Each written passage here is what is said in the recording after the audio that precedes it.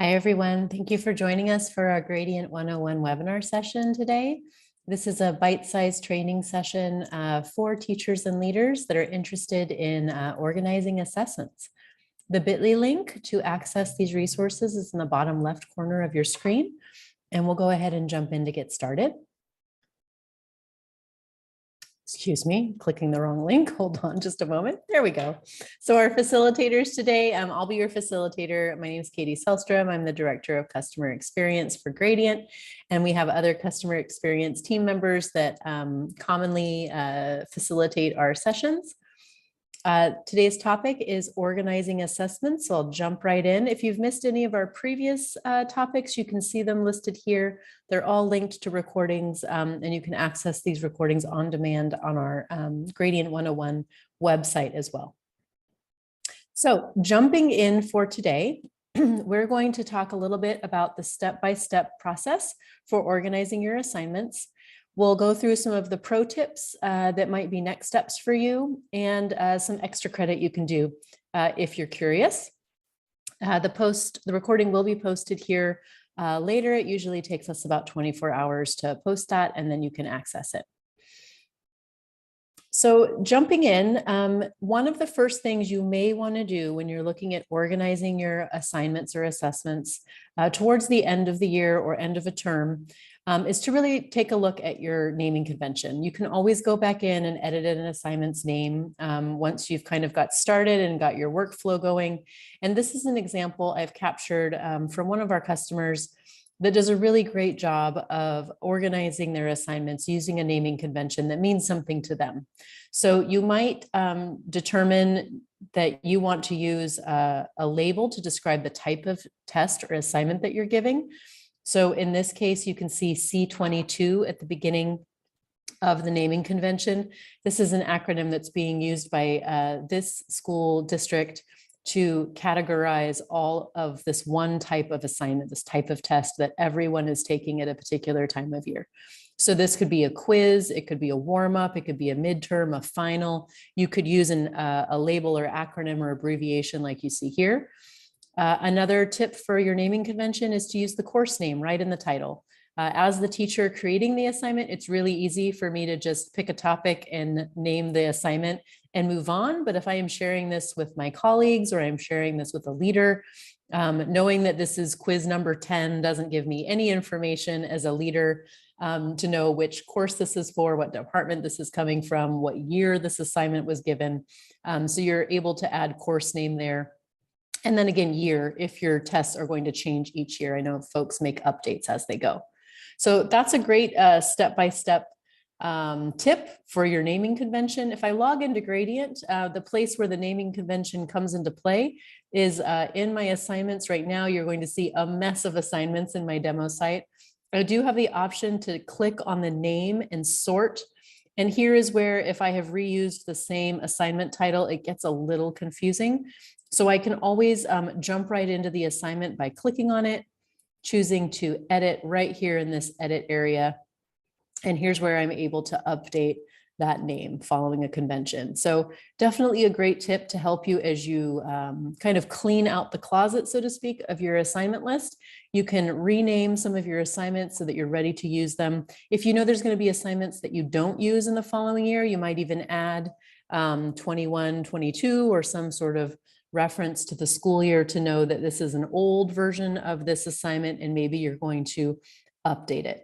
While I'm here, another great tip for getting ready for next year is to clone.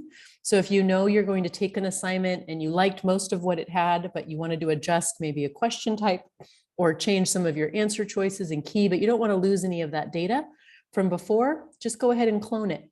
And then you can rename it using your new naming convention and it will be there for you in the next years to come. So great tip there. Naming convention is a great place to start for organizing your assignments. Another group of pro tips for you are related to how you label, archive, or even trash or delete an assignment. So when you're inside of Gradient and you're on your assessment list, so if you go to your view assignments page, you'll see you have some filtering options that you may not have even noticed or paid attention to before. So you can, in mass, take some of your assignments that you know you were just messing around with, you never actually used them. You can see that there were no turned in responses, so you know you're not deleting any data. And you can just trash those. So you can select them all at once, come up to this area that says more and choose to trash those. You also could in mass archive assignments. You might want to do this for assignments that you want to keep and preserve the data from previous years. You just don't want to see it cluttering your assignment list. So trash is great for assignments you're not going to use. You're okay with removing the data from reports. Archiving is, I'm not quite sure, I might want to keep this data, or I definitely want to look back at the assignment and the data that it was associated to it. I just don't want to see it in my list. Then you're going to archive it. So for the ones I've checked off, I'm going to go ahead and trash them.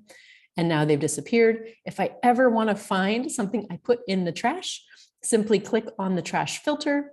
And now I see a list of all of the assignments that I have put in the trash before. I can completely remove and delete them forever, but I'll leave that up to you, whether you want to do that or not. Okay, so another quick pro tip, archiving. So like I just mentioned, archiving is a way to just weed out some of the noise that is in your current assignment list. So if I have an assignment that I've noticed by the date field over here that I have not used it in a significant amount of time, I can always sort my list by date, look for the oldest assignments that I have. Maybe this particular assignment is an assignment that I'm not interested in using anymore. I can go ahead and, using my more icon at the top, archive that assignment.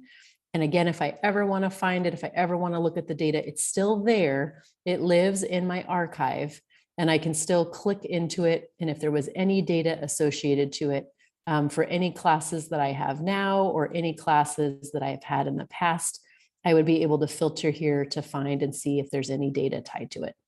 So that's your option there. There we see the data is popping up for other classes that had data.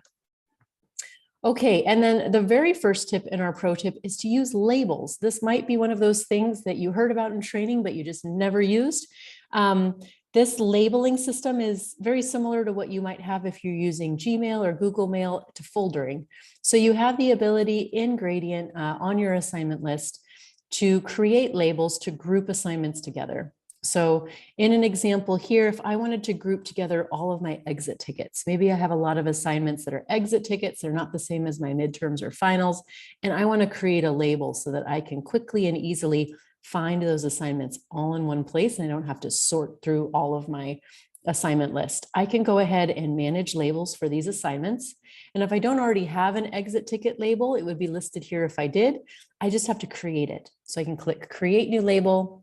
I can call it Exit Tickets, choose to add that label. And now you can see that label has been applied to all of the assignments that I had checked off earlier.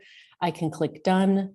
And now when I'm looking at my assignment list, that label of exit tickets that I just made is available for me to sort and filter my list. So now when I use that as my label to filter, those are the only assignments that are appearing in my list, making it so much easier to find them later. And that's it for tips here. Let's check in with extra credit. So there are some extra credit resources for you that I wanted to pass along. We have our Tip Tuesdays, which repeat some of the tips I just gave you, but in a way that you could pass these along to others. So if you're not familiar with labels, or you know your colleagues really have been looking for a way to organize their assignment list, you can click on this label organization Tip Tuesday. It provides some of the same information I've just given you, along with 2 additional resources, one of those being a video that walks you through how to actually organize and label. So this is from Kate, one of our other customer success coaches. She does a great job in 5 minutes, just walking through different ways to help you organize assignments by searching, by labeling, by archiving, some of the tips that we've just reviewed. So feel free to use that. You have some other options here for assignment search and archiving and trash. And then if any of you are serving in a role as a leader, you know, you're using Gradient as a teacher, but you're also leading your department or working with others, you might take a look at some of our SMART sessions where we review ways to prepare for PLCs, how to find your assignments and share them for school-wide data analysis, and how to dive deeper into reports. all of these topics are kind of connected because first you have to be able to find the assignment in order to get ready for some of these other tasks that we're often engaged in. So that's our quick Gradient 101 session. If you missed any of our previous sessions from last year, some of those topics are listed here along with the recordings. And you also can access our training hub.